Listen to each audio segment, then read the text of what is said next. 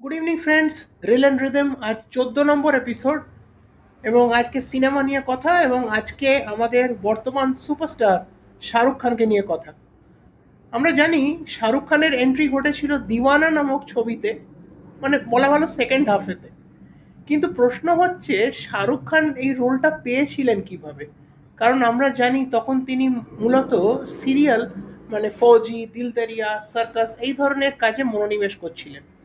আসলে শাহরুখ খানের এই রোলটা আগে করার কথা ছিল আরমান কোহলির। হ্যাঁ, অনেকে একটু শুনে পুরো কুঁচকেছেন যে আরমান কোহলিটা আবার কে। একটু মনে করে দেখুন, নতুন জানি দুশ্মন তার যে ভিলেন হয়েছিল, মানে সেই নাগিন বা নাগ, সেই আরমান কোহলির। আরমান কোহলিকে এই প্রথম শাহরুখ খানের রোলে যে সিলেক্ট করা হয়। কিন্তু আরমান কোহলি রিল লাইফের মতো রিয়েল লাইফে প্রচণ্ড বদমেজাজি একজন মানুষ। তাই কিছুদিন কাজ করার পরেই প্রডিউসার ডাইরেক্টরের সঙ্গে তার সরাসরি সংঘাত হয়ে যায়।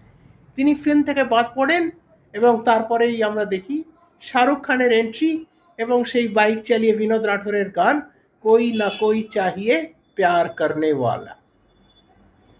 এই ধরনের আরও অজানা তথ্য জানার জন্য ফলো করুন আমার YouTube channel reel and rhythm.